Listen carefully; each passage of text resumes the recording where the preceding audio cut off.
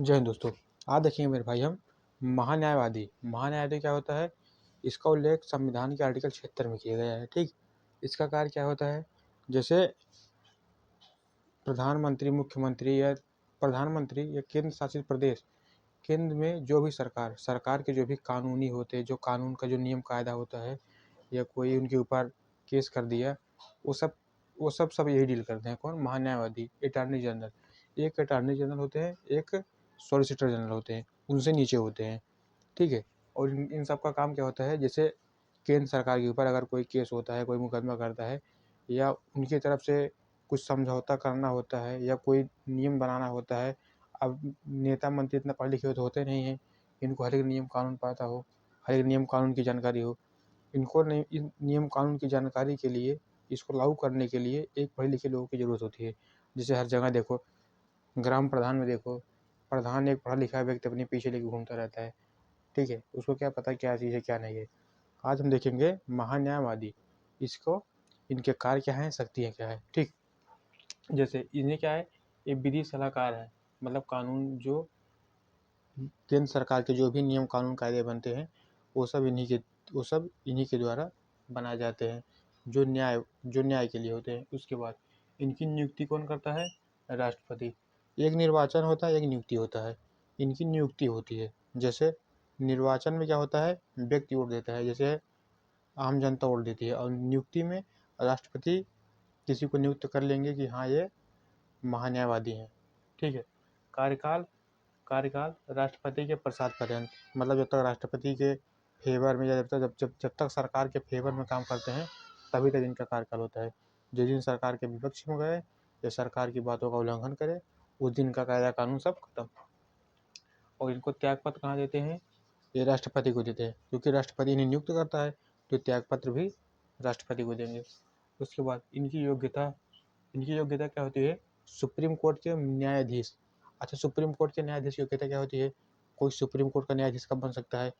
यदि कोई, जैसे मान लीजिए कोई सुप्रीम कोर्ट का न्यायाधीश कब बनता है, या तो कोई वकील हो, वह हाई कोर्ट में 5 साल तक न्यायाधीश रहा हो।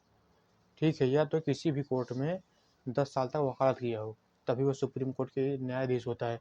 जैसे जैसे मान लेते हैं, बीएड इतने लोग करते हैं, सब थोड़ी सरकारी टीचर बन जाते हैं।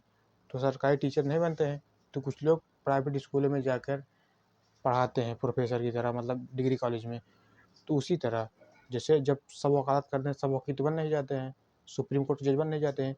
उसी में जो लोग बचते हैं, कुछ लोग जो लोग नहीं बन पाते हैं वकील, उन्हीं में से किसी एक को महान्यायवादी बना लिया जाता है। ठीक, अब इनके देखते हैं इनकी शक्तियाँ और कार्य क्या क्या है। पहली बात तो संसद के सदस्य होते नहीं हैं, इनकी नियुक्ति होती है। तो ये संसद के लोकसभा राज्यसभा कहीं भी जाकर बैठ सकते हैं, किसी भी सदन में। ठीक है। उसके बाद लोकसभा राज्यसभा में भाग ले सकते हैं, लेकिन अगर कोई विधेयक या बिल पास हो रहा है, उस पर वोट नहीं दे सकते हैं, उस पर अपना मत नहीं व्यक्त कर सकते हैं। ठीक। और क्या है, हाई कोर्ट या सुप्रीम कोर्ट में अगर कोई वकालत है, कोई सरकार का मैटर है, तो उस हाई कोर्ट या सुप्रीम कोर्ट हो, उसमें जाकर भाग ले सकते हैं। और क्या है, प्रेजेंट टाइम में जो हमारे देश के महान्यायवादी हैं, कौन है? MC सीतलवाड़ा, ये 16वें महान्यायवादी हैं। इसका उल्लेख किसमें है? संविधान के आर्टिकल 76 में। संविधान के आर्टिकल 76 में इनका उल्लेख है। कई बार एग्जाम पूछता है कि महान्यायवादी का गठन किसमें है, किस अनुच्छेद में है? संविधान के आर्टिकल 76 में। उसके बाद इनकी योग्यता यही है। और इनका पहली बात, वेतन, इनका कोई निजी वेतन नहीं होता है, कोई फिक्स वेतन नहीं होता है, कहाँ तुम्हें 2 लाख 4 लाख रुपये वेतन देंगे। इनका क्या होता है, इनको भत्ता मिलता है, सारी सुविधाएं मिलती हैं, लेकिन वेतन नहीं मिलता है। ठीक। उसके बाद ये, जैसे मान लीजिए किसी का भी कोई निजी व्यक्ति को हो, जिसकी औकात हो कि हाँ भाई इनको हायर कर सके महान्यायवादी को। अगर मान लीजिए किसी आम व्यक्ति का मुकदमा है, XYZ, कोई मान लीजिए कि कोई राम नाम का व्यक्ति है, अगर उसका मुकदमा है, अगर वो चाहे कि हमारा मुकदमा MC सीतलवाड़ा जी लड़े, वो हायर तो कर सकता है, लेकिन वह इनको बुला तो सकते हैं। अगर वो इनको फीस देने की इनकी क्षमता हो, कोई भी व्यक्ति हो, अगर इनको फीस देने की क्षमता हो, तो बुला सकते हैं। वह इनका मुकदमा लड़ेंगे महान्यायवादी जी। और लेकिन अगर देश के खिलाफ कोई मुकदमा हो या प्रधानमंत्री के खिलाफ कोई मुकदमा हो, मान लो कोई कल मुकदमा कर दे प्रधानमंत्री जी के ऊपर जाके कि लेगा 4 ग्राम धान लेगा, मतलब उसकी देखभाल करेगा, तो अब जाके उस पर केस ठोक दो। मतलब सरकार के खिलाफ इनडायरेक्टली, मतलब सरकार के खिलाफ नहीं जाएंगे और कोई किसी का निजी मैटर हो उसमें लड़ सकते हैं। ठीक है, बस इनका यही काम फिलहाल। बाकी आप एक क्वेश्चन बताना कि प्रेजेंट टाइम में भारत के महान्यायवादी कौन है।